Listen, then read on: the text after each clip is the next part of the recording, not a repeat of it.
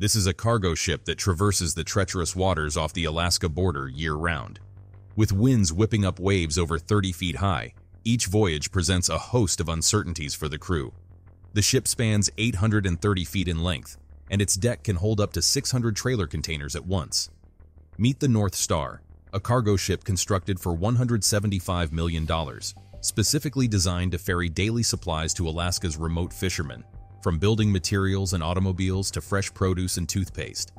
It makes weekly journeys, consistently shuttling between Tacoma, Washington, and Anchorage, Alaska, covering a one-way distance of 1,500 miles. Captain Cadigan, with his 25 years at sea, has steered the North Star to an impeccable delivery track record. He muses, "When you reach a perfect score, the only way forward is decline." This massive vessel is currently moored at the port and will set sail northward in 8 hours. During this time, hundreds of trailer containers, each weighing about 30 tons, must be loaded. Even while docked, the ship consumes 2 million watts of electricity. Before loading commences, the ship's diesel power is switched to pollution-free electric power. All operational energy on board must flow through this large plug before departure. Annually, this electrical system cuts greenhouse gas emissions by 680 tons, significantly contributing to environmental conservation. The loading supervisor organizes the tasks for the 74 operational workers, who are tasked with loading 346 containers within 6 hours. The first step involves unlocking the chains that secure the trucks, followed by driving them onto the ship. The ship only transports containers, not the trucks themselves, so mini-tractors are employed to tow each trailer container into position. This capability for simultaneous loading and unloading is made possible by the North Star's unique design. It houses 13 rails inside, more than double those in other cargo ships, allowing containers to be loaded and unloaded concurrently. Additionally, the North Star boasts 5 lower decks and an expansive upper deck, enabling it to carry twice as many containers as other ships.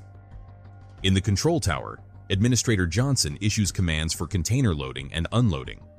In the absence of traffic police to direct movement on the ground, each driver could potentially speed to their designated spots, necessitating strict regulations by Johnson on their driving behavior, with a mandatory spacing of about 8 inches between trailer containers. The North Star doesn't merely transport containers filled with food and daily necessities. It also carries heavy machinery, personal vehicles, and even tanks for the U.S. military personnel stationed at 3 training bases in Alaska, all aboard this cargo vessel.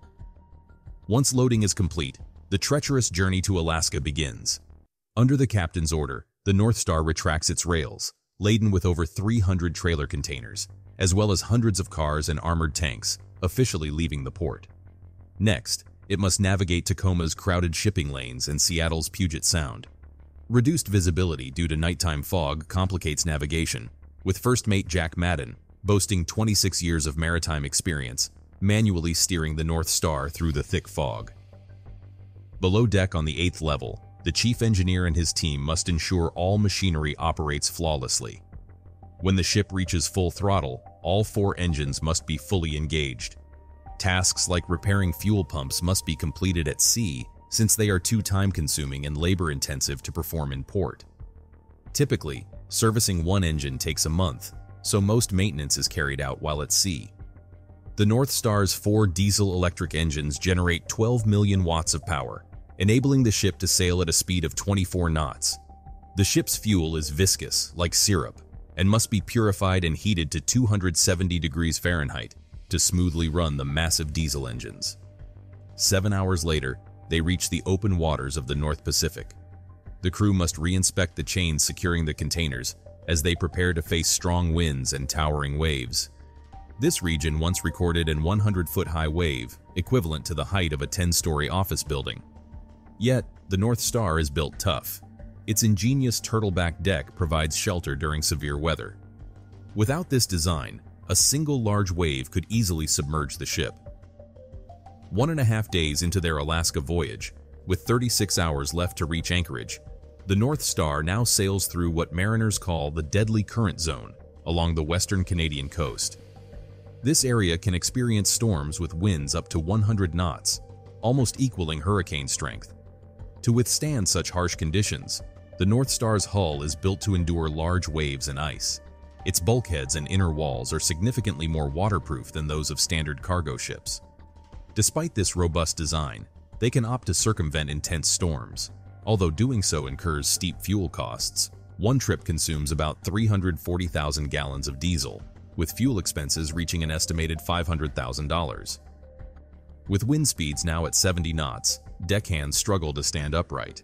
During such times, First Mate Jack often jokes that the skinnier crew members like to use him as a windbreak, a perk he humorously claims is the only benefit he brings to his colleagues. Now, the North Star is navigating through perilous seas, with daylight lasting only 7 hours.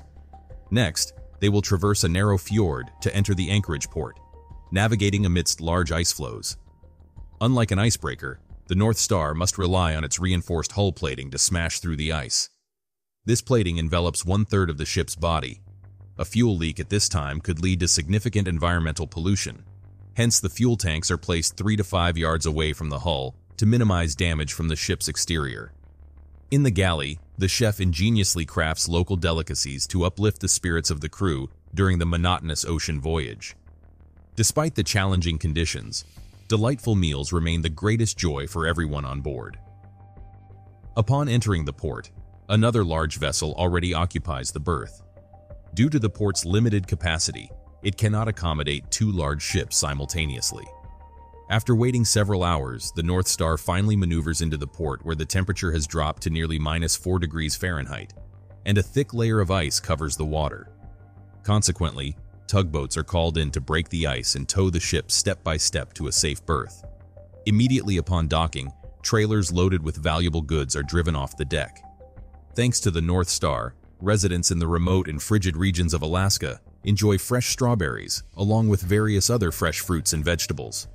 In such cold conditions, even the brake fluid freezes, often requiring significant time to thaw before the vehicles can start. As the vehicles are driven off the deck, the remaining securing chains are also released.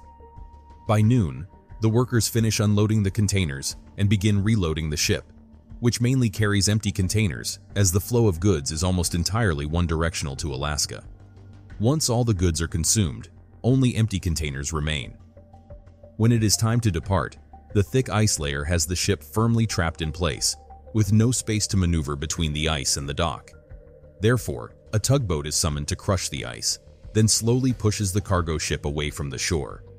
With this maneuver, they successfully leave the port of Anchorage and embark on the lengthy return journey. However, as they near the port of Tacoma, Washington, various unexpected situations arise. Hundreds of ships regularly travel through the Juan de Fuca Strait, the southern waters off Vancouver Island, and even submarines pass through this area. Additionally, numerous whales frequent these waters, requiring the North Star to navigate with extra caution. Once past these obstacles, they enter the final destination port. Here, they unload the empty trailer containers and load supplies for another return trip to Alaska. Thus, week after week, without interruption, this routine continues for the North Star cargo ship, delivering essential supplies to the people of remote Alaska. That concludes today's video. If you like this kind of content, don't forget to subscribe to our channel, and I'll see you in the next one.